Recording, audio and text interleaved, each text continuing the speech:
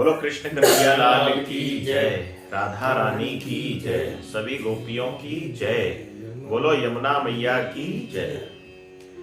गोपी गीत का 7वां श्लोक है।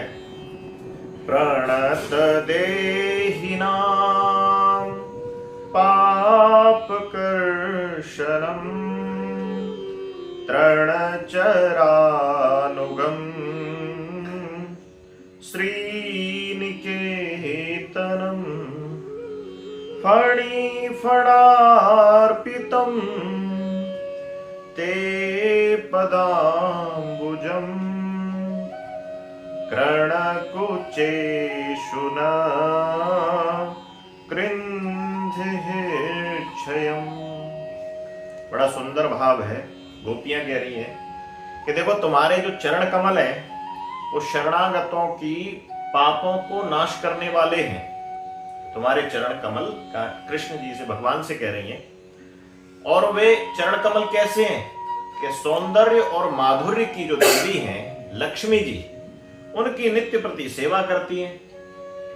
तो नित्य प्रति सेवा कर रही हैं तो और तुम उन चरण कमलों से हमारे बछड़ों के पीछे पीछे चलते हो। जब गाय चराने जाते हो तुम उन्हीं चरण कमलों से जो लक्ष्मी जी जिनकी सेवा कर रही हैं हमारे बछड़ों के पीछे पीछे चलते हो, और उन्हीं चरण कमलों को आपने हमारी रक्षा के लिए, हमारी गैयों की रक्षा के लिए कालिया के सिर पर पधरा दिया था। कालिया नाग के सिर पर पधरा दिया था, फणी फणार्पितम। तो हमारा भी हृदय विष से जल रहा है। हमारे विरह की जो आग है ना, तो कालिया के भीतर भी विष था, तो हमारे भीतर भी विरह का विष है। तो आप उसको हमारे हृदय पर पधरा दीजिए और उसको शांत कर दीजिए। बस इतनी सी आग्रह है। तुम्हें अपने चरण कमल हमारे हृदय पर रखने चाहिए, ऐसा आग्रह कर रही हैं गोपियां। तो देखो इसका हम पिछले श्लोक में थोड़ा सा हमने सुना था कि गोपियां कह रही हैं कि अपना चंदा सा मुख दिखा दो। तो गोपियां कह रही हैं कि देखो जब भगवान श्री कृष्ण गैयों को चराते हुए गोधूली बेला में, गोधूली बेला समझते हैं, जब धूल उड़ती है, जब दोनों समय मिलते हैं तो गैयां चर के वापस आती हैं। और ब्रज में ऐसी आभा बनती थी कि वो धूल उड़ती थी, ब्रज रज उड़ती थी, और उसमें बीच में श्याम सुंदर चमक रहे हैं। और तभी वो गोपियां एकदम दौड़े चली जाती थी। वो गोधूली बेला गैयों की पदचाप जब सुनाई देती थी और श्याम सुंदर की सुंदर मुरली का जो नाद सुनाई देता था, वो दौड़ी चली जाती थी। तो गोपियों की जो सास होती थी वो पूछती थी, अरे कहाँ जा रही हो? कि कृष्ण को देखने जा रहे हैं, कि कान्हा के दर्शन करने हैं, उस माधुर्य छवि का दर्शन करना है मुझे। तो बोले अरे क्या रखा है उस काले कलूटे में? तो वो कहती है कि देखो मैं बता नहीं सकती कि क्या रखा है, तुम अपनी आंखों से एक बार देखो, तुम उस भाव से देखो, तुम्हें खुद पता चल जाएगा। मैं शब्दों से बयान नहीं कर सकती उस काले कलूटे में क्या रखा है। तो जिसने श्री कृष्ण की छवि के रस को पाकर ये कह दिया कि बस अब नहीं, तो इसका मतलब है कि उनकी छवि के रस को हृदय में नहीं उतारा। गोपियां बस निरखत कौन अगाए। सूरदास जी ने कहा है कि गोपियां इस स्थिति में पहुंच जाती हैं कि बार बार श्री कृष्ण के उस मुख चंद्र को देखना चाहती हैं। निरखत कौन अगाए। तो गोपी कहती हैं कि देखो तुम जानते हो, पिछले श्लोक में ये बात आई कि तुम जानते हो, तुम मंत्रात्म दृक् हो, तुम अंतर्यामी हो, तो तुम हमारे हृदय की वेदना भी जानते हो। तो जल रुहानम चारु दर्शय, वो चंदा सा मुखड़ा दिखा दो अपना। तो गोपियों में दर्शन की आसक्ति है और अनन्यता भी है। आसक्ति और अनन्यता यानी देखो सांसारिक चीजों के प्रति अगर हम आसक्ति रखेंगे तब क्या होता है कि हम उसमें मोह में फंस जाते हैं। लेकिन उस परमात्मा, उस श्री कृष्ण के प्रति जब आसक्ति होती है तो वो दिव्य होती है, वो कल्याण करने वाली आसक्ति है। और अनन्यता ऐसी है उनके भीतर, तो वो जो भगवान के नाम ले रही हैं, जैसे कभी कहती हैं कांत, कभी कहती हैं दैत, कभी कहती हैं गोपिकानंदन। तो ये जो नाम ले रही हैं तो भगवान तो स्मार्ट है, वो कहते हैं कि तुमने ये वाला नाम लिया था, ये वाला तो हमारे 10 अवतारों में ये नाम सबके लिए सटीक बैठता है। तो कहीं वो दर्शन उसका न करा दे, कि नरसिंह भगवान का दर्शन न करा दे।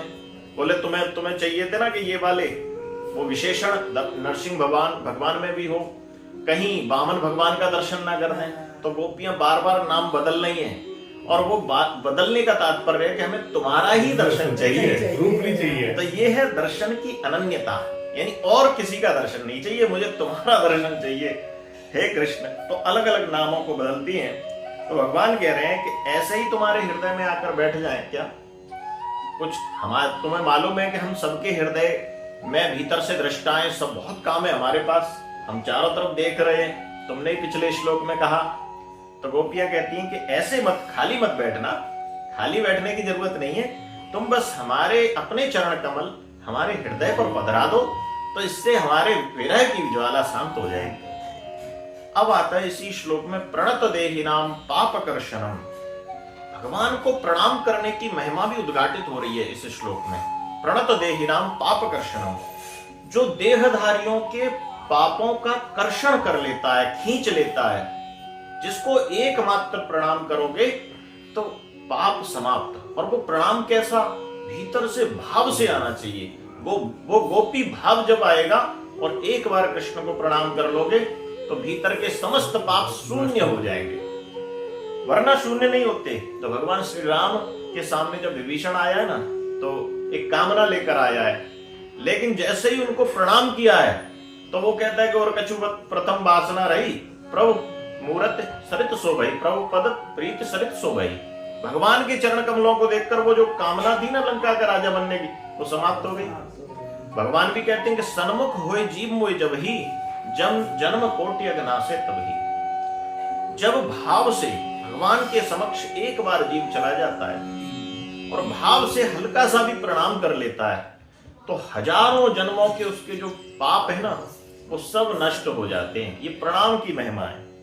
और देखो, प्रणाम करने वालों की चिंतामणि है श्री कृष्ण। जैसे क्या होता है कि पहले हम कहानियां सुनते थे कि मणि से हम कुछ भी प्राप्त कर सकते हैं, तो जो चिंताएं होती हैं ना, समस्त जीवों के भीतर जो माया के बंधन में बंधे हुए हैं, उनकी तरह तरह की चिंताएं जन्म लेती हैं। तो श्री कृष्ण को भावपूर्ण प्रणाम करने पर आपकी वो समस्त चिंताओं का हरण हो सकता है।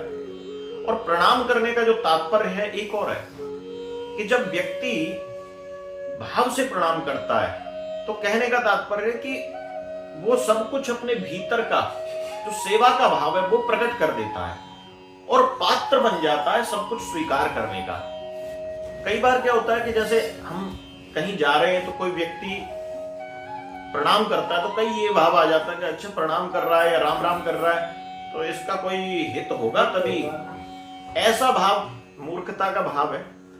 लेकिन जो प्रणाम करते हैं वास्तव में, जो भीतर से भाव से प्रणाम करते हैं, तो एक भाव ये प्रकट हो जाता है कि हाँ, अब ये हमारी बात को सुनने को तैयार है, यानी स्वीकार्यता है।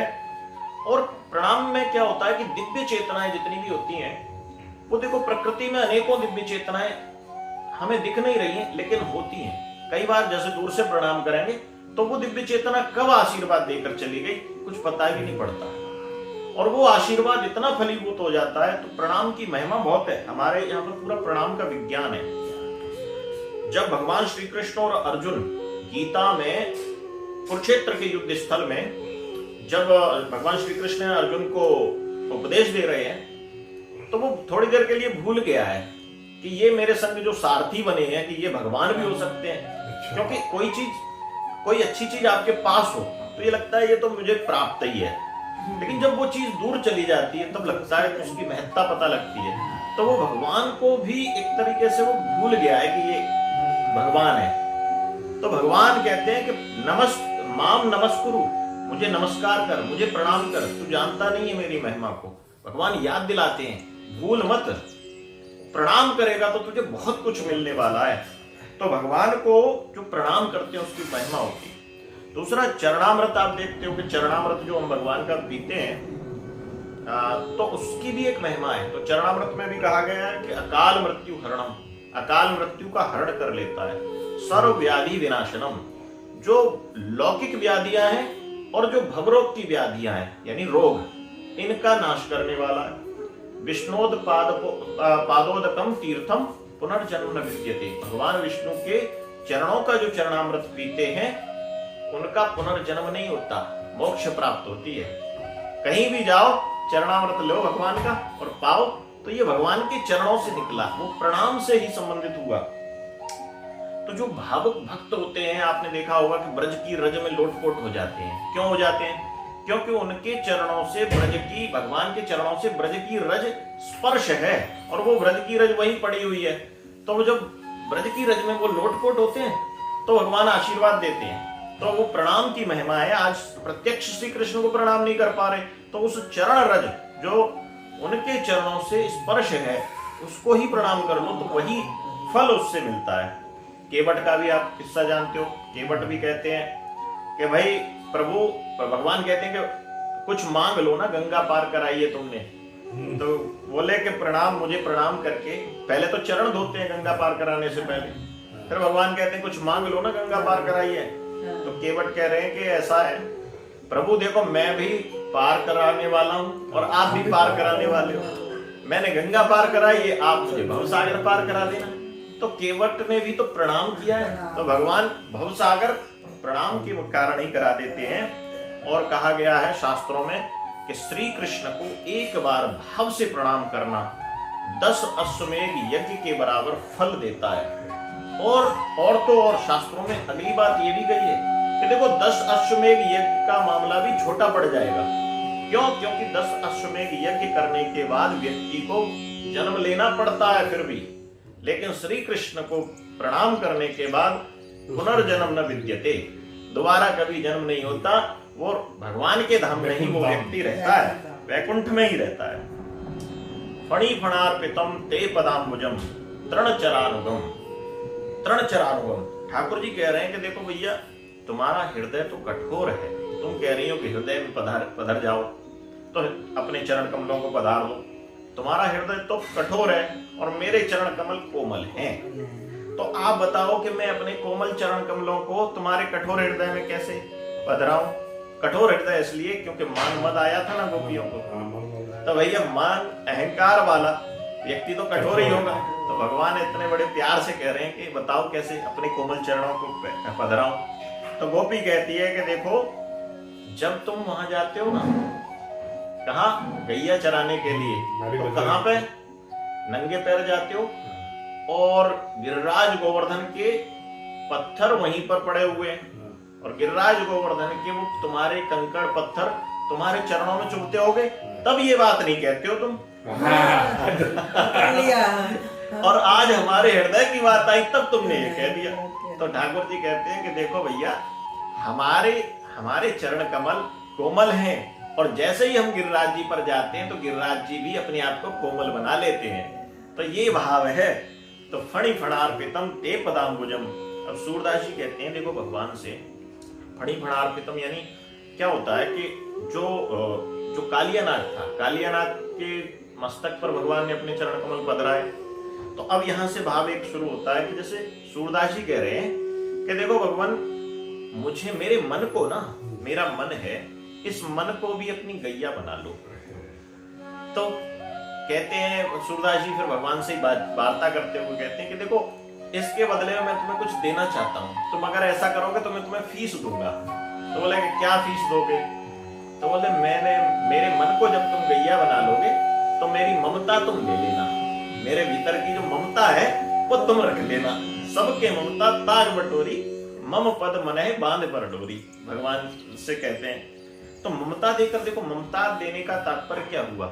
भगवान के प्रति जब ममता का भाव प्रकट हो जाता है तो देखो, कभी लड्डू गोपाल को अपने लाला की भांति माताएं खिलाती हैं और उनकी श्रृंगार करती हैं, सेवा करती हैं। अगर वो ना सोए तब तक खुद को चैन नहीं पड़ता। कई बार क्या होता है कि अरे आज कान्हा ने खाया नहीं कुछ, तो ये ममता है, ये ममता का भाव है। श्री कृष्ण के प्रति जो संबंध बन जाता है उस भाव से, ममत्व के भाव से, ये जो वो ममता माताएं श्री कृष्ण को अर्पित कर देती हैं। ऐसे ही सूरदास जी कह रहे हैं कि मेरे मन को तो गैया बना लो और उसके बदले में फीस ले लो, मेरी ममता रख लो। तो गोपियां भी ऐसी कह रही हैं कि हमारी भी ममता ले लो कान्हा। ममता हृदय से आती है। तो भगवान कहते हैं कि तुम्हारा हृदय कठोर तो था ही, तुम्हारा हृदय विषैला भी है, काम भाव भी है तुम्हारे भीतर। भगवान इशारा करते हैं। तो बोले कि देखो, गोपी कहती है कि देखो ठीक है, वो विष है हमारे अंदर, काम का विष हो सकता है, लेकिन गोपी कहती है कि जब कालिया के सिर पर तुमने पधराया था ना अपने चरण कमलों को, और वो तो महाविषैला था, अब तुम इस छोटे से विष की बात कर रहे हो, तो कालिया के सिर पर जब पधरा सकते हो तो हमारे हृदय पर क्यों नहीं पधरा सकते हो? और फिर दूसरी बात, तुम्हारा स्पर्श जहां हो गया वहां तो अपने आप ही सब विष समाप्त हो जाएंगे, तो तुम्हारे स्पर्श की आवश्यकता है। तो हम पहले अगर तुम्हारे पास जाएं कि हमारा विष खत्म करके हमारे भीतर का, तो ये तुम्हारी फिर महानता क्या हुई? तुम अपने चरण कमलों को हमारे हृदय पर पधराओगे तो विष स्वतः ही समाप्त हो जाएगा, तुम्हारी महानता भी आ जाएगी। हाँ, तो आपके संस्पर्श से कोई भी वस्तु दोष मुक्त हो जाती है। अब देखो, तुलसीदास जी ने रामचरितमानस सुंदरकांड में कई उदाहरण लेते हैं, तो वहां पर कहा है कि देखो, भक्तिम प्रयक्ष रघुपुंगव, इतना कहा है शुरुआत के श्लोकों में। भगवान से क्या मांगा है? भक्ति दे दो मुझे। फिर क्या कहा है कि कामादि दोष रहता हूं गुरु मानसम च, मुझे कामादि दोषों से मुक्त कर दो। अच्छा, कोई आप बर्तन लेकर जाओ, तो बर्तन पहले साफ करके ले जाओगे तब दूध डलवाओगे उसमें, या पहले दूध डलवा लोगे तब अपने आप साफ हो जाएगा? पहले साफ करोगे। लेकिन कामादि दोष से व्यक्ति को स्वयं पहले साफ होना चाहिए, फिर भगवान का को मांगना चाहिए। लेकिन यहाँ उल्टा है, पहले मांगा, क्योंकि उन्हें मालूम है कि कामादि दोष तो मेरे भीतर हैं, और वो जाएंगे कब? जब श्री कृष्ण का आगमन मेरे भीतर हो जाएगा, राम का आगमन मेरे हृदय में हो जाएगा, तो कामादि दोष अपने आप चले जाएंगे। तो इसलिए पहले भक्ति मांगते हैं, फिर कहते हैं कामादि दोष रहितम कुरु मानसम च। तो भक्ति पहले मिलेगी, फिर क्या होता है? भगवान के प्रिय होने की पात्रता मिलती है। यानी जब भक्ति आती है ना, भले ही काम दोष है आपके भीतर, तो भगवान का प्रिय तो हो गया वो, और भगवान का जब वरद हस्त हो जाता है तो यह स्वयं ही व्यक्ति दोष मुक्त हो जाता है। इसीलिए गोपियां कह रही हैं कि देखो, हम तो कामादि दोष हमारे भीतर है, पर जब तुम्हारा स्पर्श हो जाएगा ना तो वो सब चले जाएंगे। तो श्री निकेतनम, अब कौन सा चरण रखना है? तो उन्होंने कहा कि देखो, जिस चरण की सेवा श्री यानी लक्ष्मी जी करती हैं, वो वाला चरण रखना। दोनों चरणों की करती है, वो चरण रखना। कहीं ऐसा ना हो कि किसी और अवतार का बहाना बना के और दूसरे चरण रख दिए। श्री कृष्ण के चरणों की सेवा लक्ष्मी जी कर रही हैं, तो वो चरण रखना। तो वो कहते हैं कि लक्ष्मी जी वाला क्यों? तो उन्होंने कहा था कि लक्ष्मी जी हैं दरिद्रता दूर करने वाली देवी। तो हमारे भीतर भी भाव का दारिद्र्य उत्पन्न हो गया है, भाव की दरिद्रता हो गई है। तो जब लक्ष्मी जी सहित आपका चरण कमल हमारे हृदय पर विराजमान होगा, तो हमारे भीतर की जो भाव दारिद्र्य है, भावों की दरिद्रता है, भावों की जो गरीबी है, वो स्वतः समाप्त हो जाएगी। तो ये वो वाला चरण कमल हमारे हृदय पर रखना। तो कितना देखो अच्छा भाव कह रही है, कर्ण कुचेश न कृंद हिक्षयम, अपने चरण कमलों की स्थापना हमारे हृदय मंदिर हृदय पर कर दो, ऐसे करो कि वो छूटे नहीं। फिर तो देखो, जब जीव होता है वो शुद्ध होकर भगवान के पास नहीं जाता, वो जब वो जाता है तब शुद्ध हो जाता है। ठीक है, हम गए किसी भाव से, अरे चलो वृंदावन घूम कर आए का मतलब दर्शन करके नहीं आए, चलो छुट्टी है वृंदावन घूम कर आए। जब आप पिकनिक मनाने के भाव से चले गए, लेकिन वहां जाके आपने कुछ और ही देखा, तो वहां की जो दिव्यता में आपने एक डुबकी लगाई, तो आपका भाव परिवर्तन हो गया। यहां से गए थे कामादि दोष को लेकर, लेकिन वहां पर वो सब समाप्त हो गए। अब श्री कृष्ण के आप क्या बन गए? आप उनके गोपी भाव में आ गए। तो बोले अब तो हम कृष्ण के साथ जाएंगे, अब हम घूमने नहीं जाएंगे, अब दर्शन करने के लिए जाएंगे। तो वो गोपियां भी कह रही हैं कि ऐसे हम अपने चरण कमलों को हमारे हृदय पर पधराओ कि वो शुद्ध हो जाए सदा सदा के लिए। तो भगवान जब पहले स्वीकार कर लेते हैं, फिर कहते हैं कि जाओ गुरु से मिलो। तो भगवान पहले स्वीकार करते हैं, फिर गुरु मिलते हैं, और जब गुरु मिल जाते हैं तो वो उस जीव का श्रृंगार करता है। गुरु श्रृंगार कैसे? संस्कारों से श्रृंगार, दीक्षा देकर श्रृंगार करता है, नई नई बातें, अच्छी अच्छी बातें बताकर सत्संग करता है, तो वो श्रृंगार हो गया। भगवान के सामने जो गोपियां भी श्रृंगार करके जा रही हैं, यही श्रृंगार है, लौकिक श्रृंगार नहीं है। तो वो गुरु जब श्रृंगार करके ले जाता है, तो भगवान अपने हृदय से लगाते हैं। तो राम भगवान श्री राम ने भी क्या कहा है कि निर्मल मन जन सो मोहि पावा, मोहि कपट छल छिद्र न बावा। किसको हृदय से लगाया है? विभीषण को हृदय से लगाया। कब? जब उसका मन निर्मल हो गया है, हनुमान जी की प्रेरणा से उसने राम की भक्ति को किया। यानी गुरु कौन है यहाँ? हनुमान जी।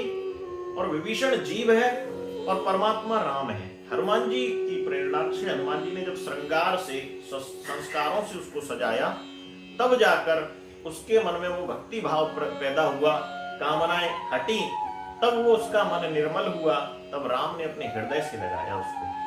तो ये भाव भी गोपियां कह रही हैं कि प्रभु इस तरह से अपने चरण कमल जो है हमारे हृदय पर पधरा दो। बोलो आज के हम इसको यहीं समाप्त करते हैं। बोलो कृष्ण कन्हैया लाल की, गोपियों की जय, श्री राधा रानी की जय, यमुना महारानी की